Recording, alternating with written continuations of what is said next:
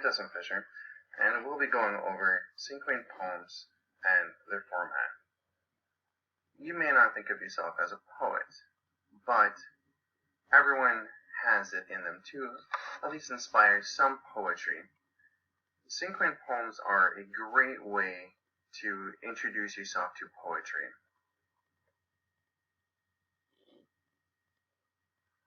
My example of a cinquain poem is as follows.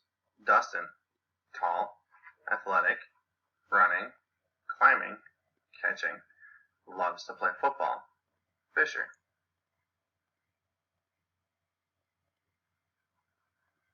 Cinquain poem format starts off with the first line is a title, which is a noun. The second line has two adjectives. The third line has three verbs.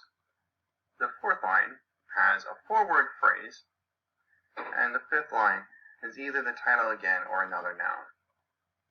So, as you can see, the first line, which is a noun, is Dustin.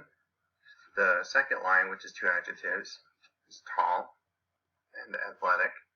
The third line, which is three verbs, I have on here, running, climbing, catching. And the fourth line, which is a four-word phrase, loves to play football. And I use my last name to end it, so it's another noun.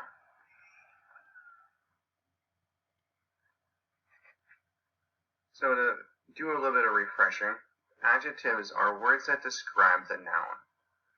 These give the noun character. Some ways that you can go and help describe the noun is either by appearance, condition, feeling, size, or shape. As you can see, there are a ton of adjective choices.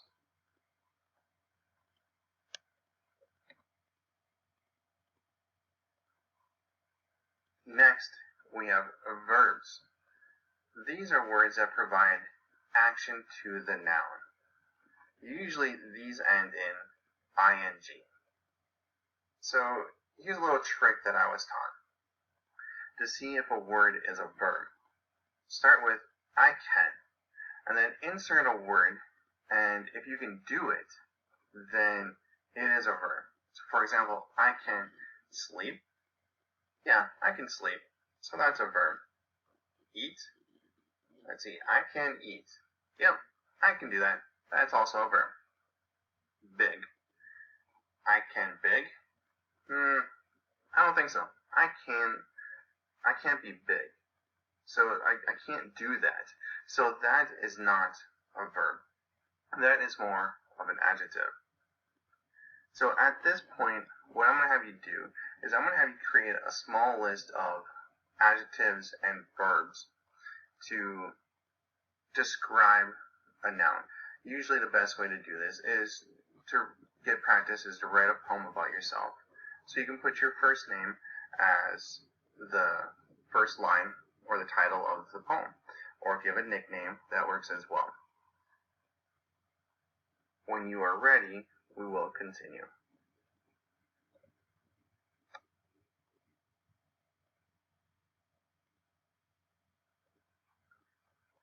Now that you have your list of verbs and adjectives, we'll do a little bit of revising. Revising is picking some words to change that can give your writing better meaning and some depth. Usually you want to use synonyms of words that you choose. So my poem again is Dustin, tall, athletic, running, climbing, catching, loves to play football. Fisher. So I picked tall as one of the words I was going to go and do some revision on, because tall, I don't know, I don't feel like that really helps describe me. So I'm going to look up some synonyms. Some ways you could do that is Google searching, so you can type in tall and then Google search synonym, or if you're in a Word document, you can right click on it and drop down to where it says synonyms, and it'll give you a small list there as well. So it says some synonyms for tall are big, high, lanky, spindly, long, and lofty.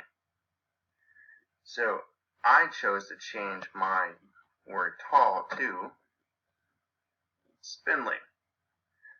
So now my poem reads as Dustin, spindly, athletic, running, climbing, catching, loves to play football, Fisher. Again, the easiest way to practice writing a cinquain poem is to start off by writing a poem probably about yourself, because who knows more about you than yourself? So the easiest way is to start off with your name as the title, find a couple adjectives for the second line, then for the third line, put some verbs in there that you like doing. Then come up with a 4-word phrase. And then lastly, you can either put your last name, or your title again, or a nickname.